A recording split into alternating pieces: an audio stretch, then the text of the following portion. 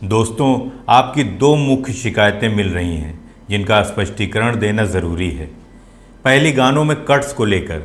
साथियों, उन गानों का कॉपीराइट मेरे पास नहीं है। कॉपीराइट क्लेम और वीडियो को ब्लॉक होने से बचाने के लिए कट्स लगाना मेरी मजबूरी है, खुशी नहीं। अगर आपको पूरा गाना सुनना ही है तो YouTube पर वो उपलब्ध है। दूसरी, AI इमेज का उपयोग। आजकल वीडियो को रियलिस्टिक बनाने के लिए AI का सहारा लिया जाता है। माना कि कुछ तस्वीरें किशोरदा की ओरिजिनल इमेज से थोड़ी अलग हो सकती हैं, लेकिन वे आपको उस दौर की कहानियों से जोड़ने में मदद करती हैं। मेरा मकसद उनकी यादों को जीवंत तरीके से पेश करना है। आशा है आप मेरा साथ देंगे। अब चलते हैं आज की कहानी पर।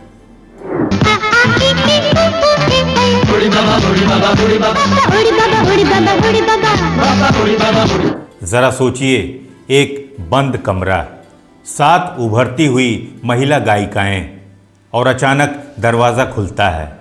सामने खड़े हैं सुरों के बेताज बादशाह किशोर कुमार। लेकिन उन्हें देखते ही खुश होने के बजाय किशोरदा के चेहरे पर हवाइयाँ उड़ने लगती हैं। वो चिल्लाते हैं, बाप रे, इतनी सारी देवियाँ एक साथ, मैं यहाँ रिकॉर्डिंग नहीं कर सकता। और वो उल्टे पांव वापस भागने लगते हैं। आखिर ऐसा क्या हुआ था उस दिन ताड़देव स्टूडियो में? क्यों किशोरदा 7 गायिकाओं के साथ गाने से घबरा गए थे? चलिए यादों की धूल झाड़ते हैं और चलते हैं साल 1982 के उस सुनहरे दौर में। वीडियो को अंत तक ज़रूर देखिएगा और अगर अच्छा लगे तो वीडियो को हाइप करना ना भूलिएगा।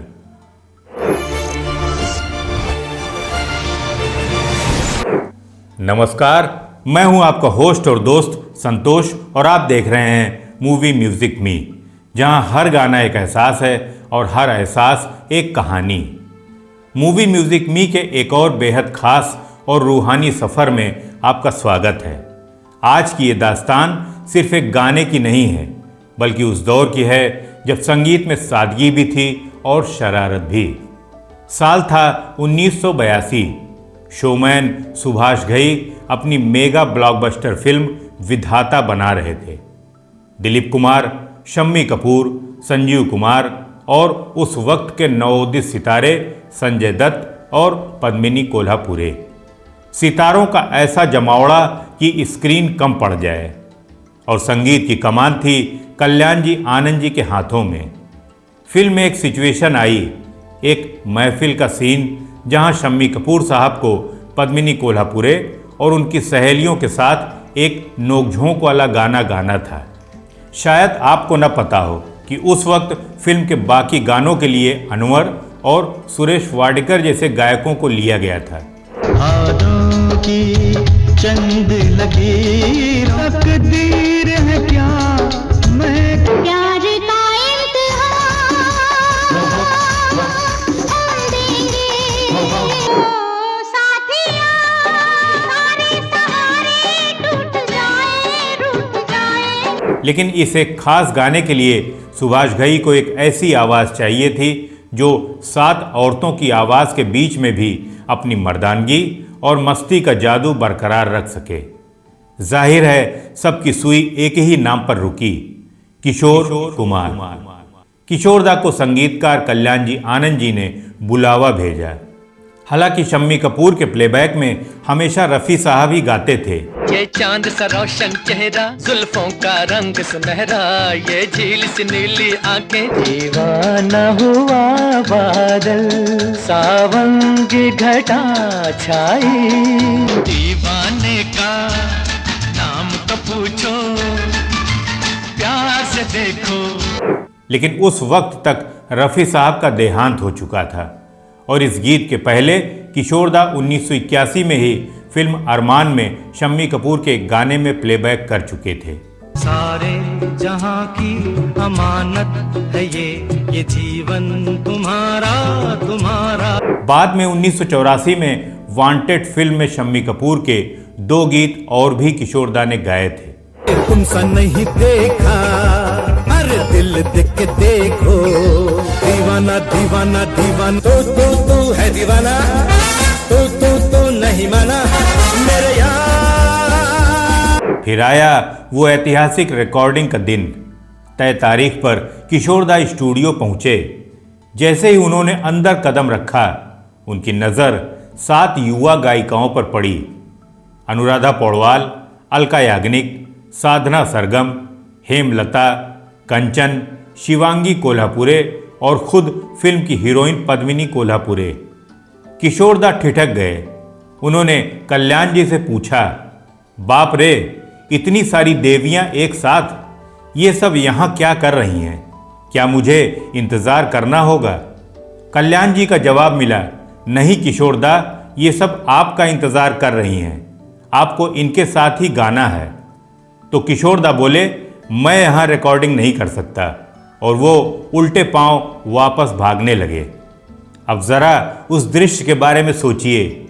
किशोरदा जैसा बिंदास इंसान अचानक सहम गया। अब सहम गए थे या अपनी आदत के मुताबिक ड्रामा कर रहे थे? उन्होंने मजाक और डर के मिले जुले लहजे में कहा, अरे कहाँ फंसा दिया मुझे, 7 देवियाँ और मैं अकेला। भाई मुझे घर जाने दो, राम राम। कहते हैं उस वक्त स्टूडियो में सन्नाटा पसर गया। सब डर गए कि कहीं किशोरदा सच में ही न चले जाएं। तभी एंट्री हुई एल्विस प्रेस्ली ऑफ इंडिया यानी शम्मी कपूर की। शम्मी जी ने किशोरदा का हाथ पकड़ा और धीरे से कहा, दादा ये गाना सिर्फ आप ही कर सकते हैं, आपके बिना ये धुन अधूरी रह जाएगी। और फिर क्या था, जैसे ही म्यूज़िक चालू हुआ, किशोरदा का मूड बिल्कुल बदल गया। वो अपनी पूरी एनर्जी के साथ माइक्रोफोन के सामने आए और जैसे ही पहली लाइन गाई, 7 सहेलियां खड़ी खड़ी, 7 सहेलियां खड़ी खड़ी फरियाद सुनाए खड़ी। वहां मौजूद हर शख्स ने कहा, वाह यार क्या गाते हैं, ऐसे ही लोग इन्हें किशोरदा नहीं कहते। और इस गीत के साथ ही किशोरदा ने एक ऐसा इतिहास रच दिया जो आज भी रेडियो पर गूंजता है। ये सारा किस्सा अलका याग्निक जी ने अपने एक इंटरव्यू में बताया था। हाँ बताओ क्या है गाना। पहले तो एक गाना हम लोगों ने किया था 7 सहेलियां खड़ी खड़ी। He entered the recording room. It was being done at Film Center Tardeo. He saw 7 singers sitting. He said, अरे बाप रे, मैं तो जा रहा हूँ यहाँ से, ये इतनी सारी देवियाँ क्यों बैठी हैं? So then he was told कि no, the scene is like that there's one character. किशोरदा न भूतो न भविष्यति, न तो इस गाने के पहले और न ही बाद में किसी भी पुरुष गायक ने एक साथ 7 महिला गायिकाओं के साथ गाना गाया है। The man, the wonderful, wonderful man, Kishore Kumar. But he did sing for me eventually. He sang for me as a character actor, as a role I did in Vidhata. He sang that beautiful number, 7 सहेलियां खड़ी खड़ी। 7 सहेलियां खड़ी खड़ी फरियाद सुनाए खड़ी खड़ी। लेकिन दोस्तों, इस गाने की किस्मत में सिर्फ तालियां ही नहीं थीं।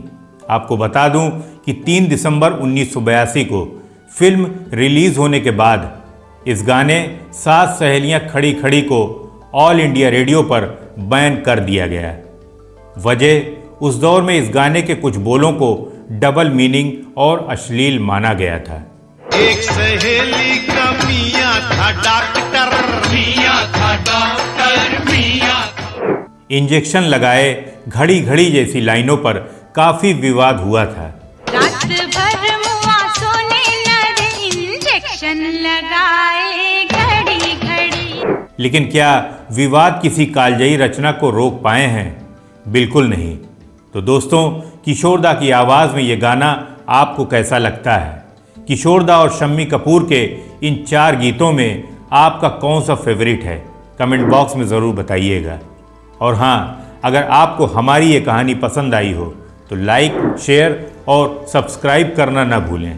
मैं फिर मिलूँगा आपसे एक और सुरमई दास्तान के साथ। तब तक संगीत से जुड़े रहिए और मूवी म्यूज़िक मी देखते रहिए। नमस्कार।